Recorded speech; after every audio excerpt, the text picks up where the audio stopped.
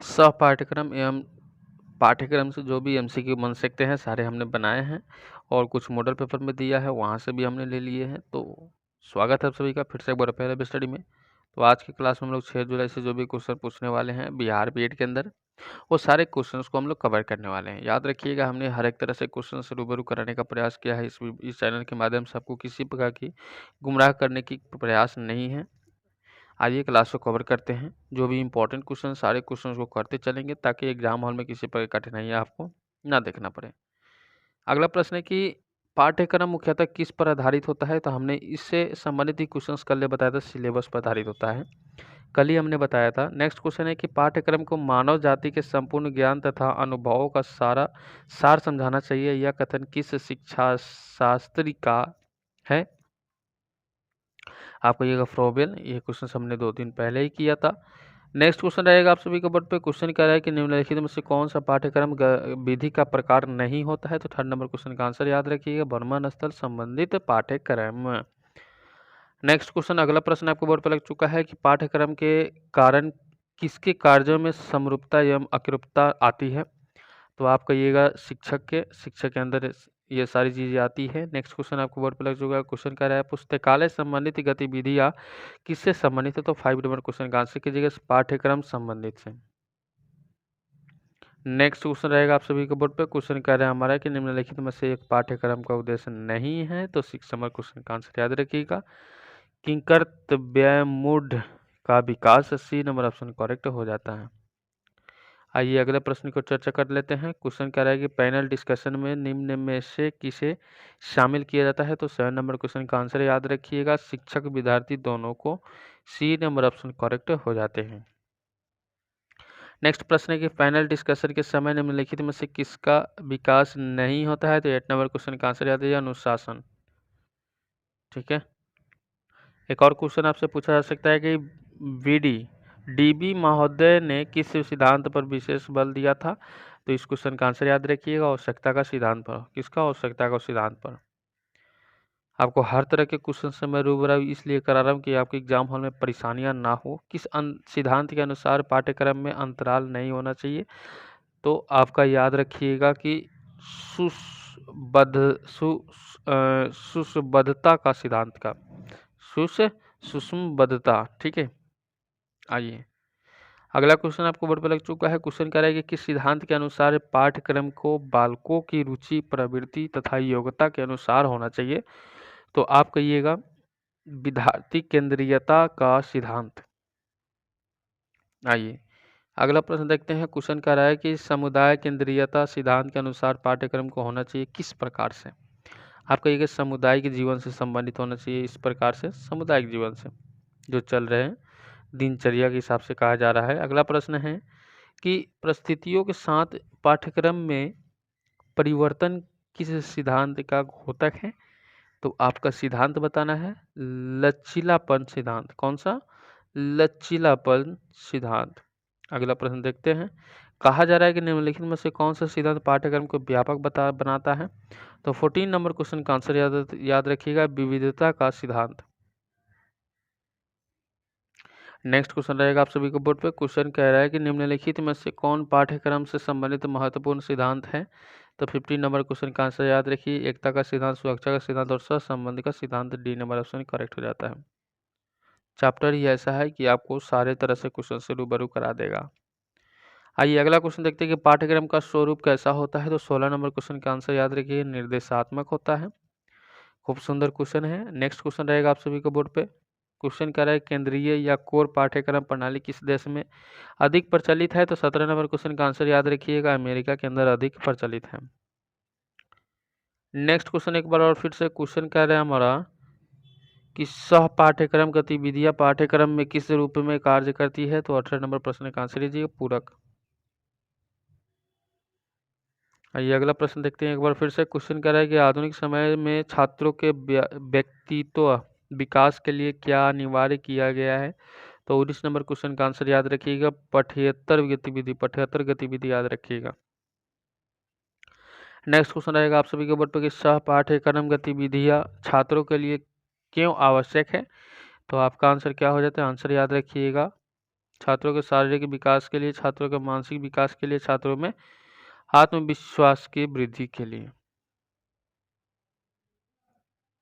आइए अगला प्रश्न देखते हैं। यहाँ पे अगला प्रश्न क्या कहा जा रहा है कि निम्न में से क्या सह पाठ्यक्रम गतिविधियों के अंतर्गत शामिल है। तो 21 नंबर क्वेश्चन का आंसर याद रखिएगा, निबंध लेखन, खेल प्रतियोगिता, सांस्कृतिक कार्यक्रम। सारे सही है, डी नंबर ऑप्शन करेक्ट हो जाते हैं। खूब सुंदर क्वेश्चन है। देखिए हर एक तरह से क्वेश्चन शुरू कराने का मैं प्रयास कर रहा हूँ, क्योंकि हर तरह से क्वेश्चन हमने रखा है। क्षेत्र के आधार पर सह पाठ्यक्रम गतिविधियों को कितने भागों में बांटा गया है, फटाक से बताइएगा। तो आप कहिएगा 2 भागों में। ठीक है, आइए अगले प्रश्न देखते हैं एक बार और फिर से। क्वेश्चन कहा जा रहा है कि निम्न में से क्या इंडोर सह पाठ्यक्रम का भाग नहीं है। इंडोर से संबंधित यहाँ पे रखा गया है तो सामूहिक परेड एवं योग। नेक्स्ट प्रश्न रहेगा आप सभी के बोर्ड पे। क्वेश्चन कहा जा रहा है कि छात्रों को संप्रेषण में कुशल बनाने के लिए क्या आवश्यक है। तो 24 नंबर क्वेश्चन का आंसर याद रखिए, ग्रुप डिस्कशन आपका बिल्कुल सही याद रखना है। नेक्स्ट क्वेश्चन रहेगा आप सभी के बोर्ड पे कि पौधारोपण किस प्रकार की गतिविधि है। तो 25 नंबर क्वेश्चन का आंसर याद रखिएगा, इंडोर आउटडोर दोनों सही है। ठीक है, अगला प्रश्न देखते हैं। अगला प्रश्न कहा जा रहा है कि खेलों के माध्यम से छात्रों में क्या विकास किया जाता है। तो 26 नंबर क्वेश्चन का आंसर याद रखिएगा, स्वास्थ्य प्रतिस्पर्धा। स्वास्थ्य प्रतिस्पर्धा। ठीक है, निम्न में से क्या खेलों के महत्व के अंतर्गत नहीं आता है। तो यहाँ पे आंसर याद रखिएगा 27 नंबर क्वेश्चन का कि छात्रों में असमायोजन की प्रवृत्ति अधिक होती है। ये आपको नहीं आना चाहिए, बाकी सारे ऑप्शन सही हैं। ध्यान दीजिएगा, एक बार डिस्कशन के स्वरूप जरूर देख लीजिएगा। आइए अगला क्वेश्चन पे कवर करते हैं। क्वेश्चन देखते हैं। क्वेश्चन कह रहा है हमारा कि निम्नलिखित में से दिए गए ऑप्शन है उसमें गतिविधि से बच्चे का रचनात्मक विकास तीव्रता से होता है। ये विकास जो है संगीत एवं नृत्य से होता है। नेक्स्ट क्वेश्चन देखते हैं। अगला प्रश्न कहा जा रहा है एक बार फिर से कि टेलीविजन पर प्रसारित किन कार्यक्रमों से बच्चे अधिक प्रभावित होते हैं। तो 29 नंबर क्वेश्चन का आंसर याद रखिएगा, रियलिटी शो से। किससे? रियलिटी शो से। अगला प्रश्न देखते हैं। अगला प्रश्न कहा जा रहा है कि कला को मानसिक विकास का भी माना जाता है। तो 30 नंबर क्वेश्चन का आंसर याद रखिएगा, परिमाप। ठीक है, नेक्स्ट क्वेश्चन रहेगा आप सभी के बोर्ड पे। क्वेश्चन कहा जा रहा है कि व्यवहारिक ज्ञान का स्रोत माना जाता है। 31 नंबर क्वेश्चन का आंसर याद रखिए, बर्मन को। सी नंबर ऑप्शन बिल्कुल सही हो जाते हैं। नेक्स्ट क्वेश्चन रहेगा आप सभी के बोर्ड पे।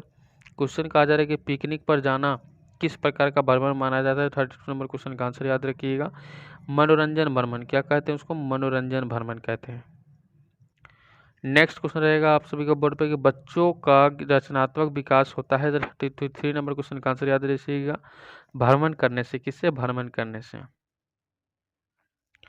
अगला प्रश्न देखते हैं। यहाँ पे अगला प्रश्न कहा जा रहा है कि निम्नलिखित में से कौन एक सह पाठ्यक्रम गतिविधि के अंतर्गत नहीं आता है। तो 34 नंबर क्वेश्चन का आंसर याद रखिएगा, लिपि कार्य। लिपि कार्य याद रखिएगा।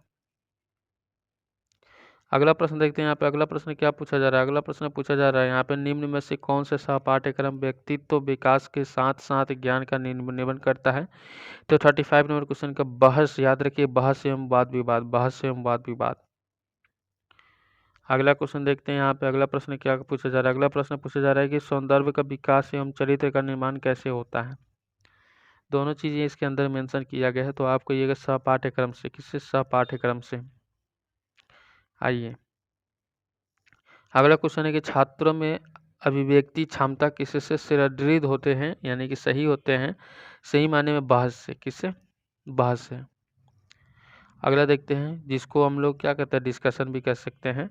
निम्नलिखित में से कौन एक सह पाठ्यक्रम गतिविधियों की भूमिका में शामिल नहीं है। तो 38 नंबर क्वेश्चन का आंसर याद रखिएगा, भ्रमण को हतोत्साहित करता है। भ्रमण को हतोत्साहित करता है। अगला प्रश्न है कि निम्नलिखित में से कौन एक सह पाठ्यक्रम गतिविधि नहीं है। तो 39 नंबर क्वेश्चन का आंसर याद रखिए, कक्षा में अध्ययन। ठीक है, चलिए अगला प्रश्न देखते हैं यहाँ पे कि बच्चों को शारीरिक एवं मानसिक रूप से ऊर्जावान रखने में कौन सहायता करता है। क्वेश्चन कहा जा रहा है बच्चों को शारीरिक मानसिक रूप से ऊर्जावान रखने के लिए किसकी सहायता लेते थे। सह पाठ्यक्रम की। अगला प्रश्न देखते हैं। अगला प्रश्न कहा जा रहा है कि स्वाभाविक के तौर पर छात्रों के प्रति शिक्षकों का व्यवहार होना चाहिए किस प्रकार से, तो आप कहिएगा अनुशासित एवं शांति प्रिय होना चाहिए। अनुशासित एवं शांति प्रिय होना चाहिए, दोनों लागू होना चाहिए उनके अंदर। अगला प्रश्न है कि पाठ्यक्रम संबंधित योजनाएं के क्रियान्वयन हेतु शिक्षक को होना चाहिए। 42 नंबर क्वेश्चन का आंसर याद रखिएगा योजनाकार। ठीक है, चलिए अगला देखते हैं क्वेश्चन कि छात्रों के मनोबल पर प्रतिकूल प्रभाव पड़ता है किस प्रकार से, तो 43 नंबर क्वेश्चन का आंसर कीजिए भेदभाव करने से। नेक्स्ट क्वेश्चन करते हैं एक बार और फिर से क्वेश्चन कि एक अच्छे आयोजक के रूप में शिक्षक अपने डॉट स्थान का निवारण करता है, तो डॉट स्थान में क्या भरिएगा, आप कहिएगा दायित्व से। अगला प्रश्न देखते हैं एक बार और फिर से क्वेश्चन कहा जा रहा है कि सहपाठ्यक्रम में गतिविधियों के संचालन में किसकी भूमिका महत्वपूर्ण होती है, तो इसके अंदर किसकी भूमिका महत्वपूर्ण होती है, तो आपको ये शिक्षक की भूमिका महत्वपूर्ण होती है। बी नंबर ऑप्शन करेक्ट है, हो जाता है।